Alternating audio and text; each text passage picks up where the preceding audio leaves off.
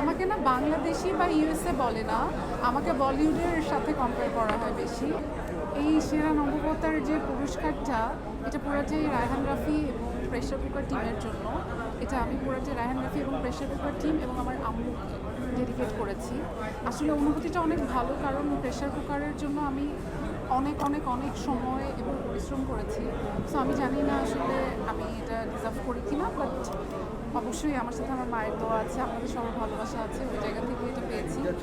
আমাকে না বাংলাদেশি বা ইউএসএ বলে না, আমাকে বলিউডের সাথে কম্পেয়ার করা হয় বেশি। সো এই জায়গা থেকে আমার ভালো লাগা তো আছে, বাট আমি চাই যে আমি বাঙালি, একদম 16 আনা। সো আমাকে বাঙালি বলুক, আমি আমার নামে পরিচিত থাকি, এটাই আর কি।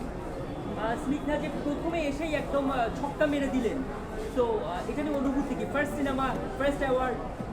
ভীষণ ভালো আসলে এটা, বললাম না যে আমার ফার্স্ট অ্যাওয়ার্ড, প্রথম সিনেমা রায়হান রাফি অ্যাওয়ার্ডটাও তো আমি তাকে ডেডিকেট করে দিয়েছি। সো ওই জায়গা থেকে ভালো লাগাটা অনেক ভালো, অনেক ভালো। আর এখন মনে হয় যে টেনশনটা আরও বেড়ে গেছে, যে আরও সামনে অনেক ভালো ভালো কাজ করতে হবে।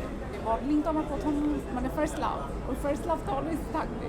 আর সিনেমা তো মাত্র যুক্ত হলো, আমি সামনের দিন আরও ভালো ভালো সিনেমার প্ল্যান আছে, দেখা যায়। মডেলিং এবং অ্যাক্টিং তো একদমই আলাদা। আমি যখন মডেলিং শুরু করে আমি গ্রুমিং করেছি, আমি সব কাজ আসলে ভালোভাবে প্রপারভাবে শিখে করতে পছন্দ করি। তো অ্যাক্টিংয়ের জন্য কিন্তু প্রেশার কুকারের জন্য অলমোস্ট আমি 5 মাস নিজের লাইফ থেকে পুরোটা প্রেশার কুকারকে দিয়ে দিয়েছি।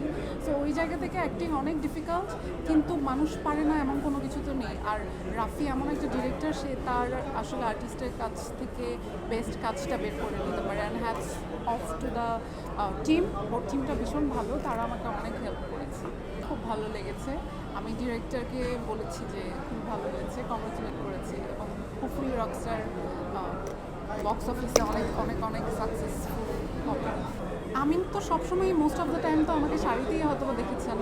আমি শাড়ি পরতে খুব পছন্দ করি, আর আমার মনে হয় যে আমাকে শাড়িতে ভীষণ ভালো লাগে। আর এই শাড়িটা আসলে কাঞ্জিভারাম একটা শাড়ি, এটা আমার আম্মুর শাড়ি। অ্যান্ড আমার মনে হলো জাস্ট একটু মডার্ন ট্র্যাডিশনাল লুক নিয়ে যাই আজকে।